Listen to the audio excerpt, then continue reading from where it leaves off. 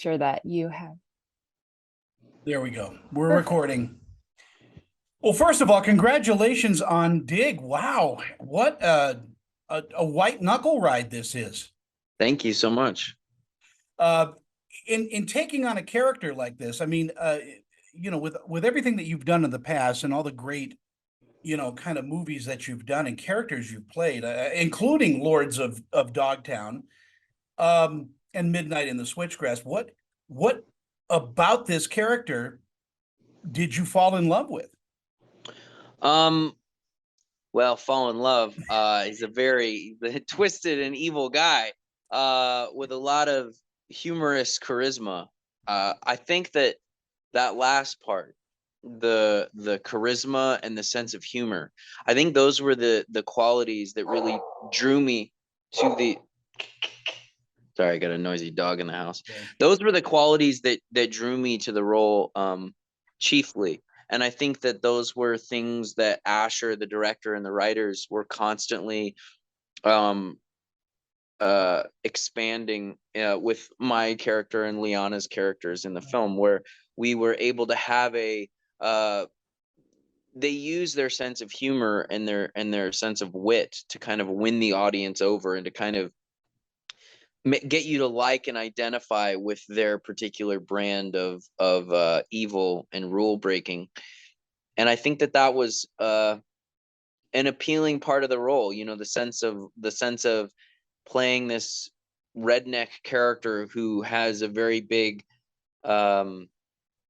set of pop culture references, like he sat around watching too much television all the time. He's this crazy redneck who's just watched every TV show ever and is super fast talking and witty and charismatic, and uses all those traits to his advantage when he's doing anything, and when he's dealing with his girlfriend, when he's dealing with Thomas Jane, and when he's being a criminal and he's trying to be a hustler. And there was something infectious and a lot of fun about that for Liana and myself, because our characters are very yin yang and sort of flip sides in the coin. It's not really a separate character, it really is like a couple character where we together we really form as one. And it's one of my favorite scenes in the film is their demented scene when they decide to get married, and he realizes his girlfriend has been planning on killing him, and she's been sleeping with his father, and he suspected it, and then you think he's gonna kill her, and then he's like, now I realize you're the one for me. You're the smartest woman I've ever met. Like, you pulled the wool over my eyes. I know I chose well. There's a strange demented logic to it, which is in line with his character. It's just very funny to see it played out. Yeah, and as you're saying, this connection between your two characters reminds me so much of Natural Born Killers, where you just don't know where you stand at any given time. And your character, I think he's so intelligent. He knows that his charm is going to win people over, and then he just does. That's what's scary about this, guys. We like him. Yeah. And it was fun to play because there's qualities about that are very entertaining and kind of funny and likable. And Natural Born Killers, I kind of instinctively, I saw it a long time ago, honestly, probably like 20 years ago, and I hadn't watched it again. And I purposefully didn't because I knew we had the killer couple. I didn't want to like see it, because if I see Woody Harrelson, I'll just like rip him off. So I was like, okay, I'm just gonna keep my distance for now. But yeah, no, there was something very undeniably kind of funny and entertaining about the scenes with Liana and I, and we both had a lot of fun with them. Yeah, she's an amazing actress. I mean, what a set of chops she has. Yeah, I mean, just so diabolical, and her, there's so many scenes together where I'll watch them now and I'm like laughing because they're very, very funny, and Liana's a very funny actress as well. She's very good with comedy. And a lot of the criminals that a lot of criminals are actually very funny. That's something criminals use their dark sense of humor a lot. It's not like you go into a prison and they're not cracking any jokes. I mean, these are some of the funniest people ever. You don't really want to hang out with them, but they are very, very funny.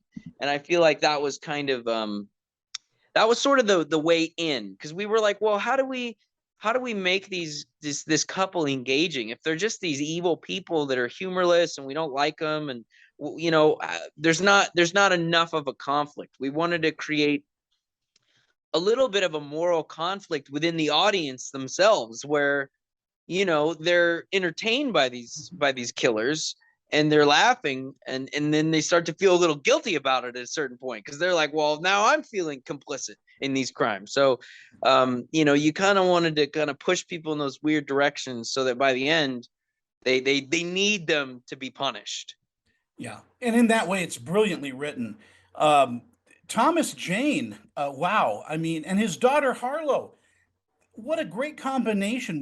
Had you known Thomas? Had you worked with him before? We had never worked together. It was fantastic working with Thomas and Harlow. They're both it's just a very talented family. What can I say? And they were it was heartwarming to see a father and daughter working together. It really was. And it actually inspired me later. About a year later, I did a film called Pursuit, where I worked with my son Valor. So I kind of like took a note from his page, and it was an amazing experience. And I think anytime you've got like a set where people are used to going and they're doing their jobs and they're punching their time cards, and it doesn't have the same sense of community as like going to your friend's house for the weekend or something like that. When you can bring some elements of that, it's really nice. It's just nice. It's like everyone's in a better mood on set. There's like a family connection there. It certainly Literally. is. And in our final moments that we have, what do you think audiences are going to take away from Dig? I hope that they're first and foremost entertained. It's one of those movies where you watch it, and when you sign up or you rent it or you buy it, you want to have an entertaining experience. You don't want to be bored. This isn't like the Terrence Malick art house cinema kind of movie. It's not that type of film. But I think what it sets out to do, it achieves. Yeah. Yeah, it entertains and keeps you at the edge of your seat is what it does. And again, what a fantastic job you did, Emile. It Thank you. is a brilliant performance. So thank you so much for your Thank you time. so much. All right. Thank you. Take Bye, care. Tony. Bye-bye.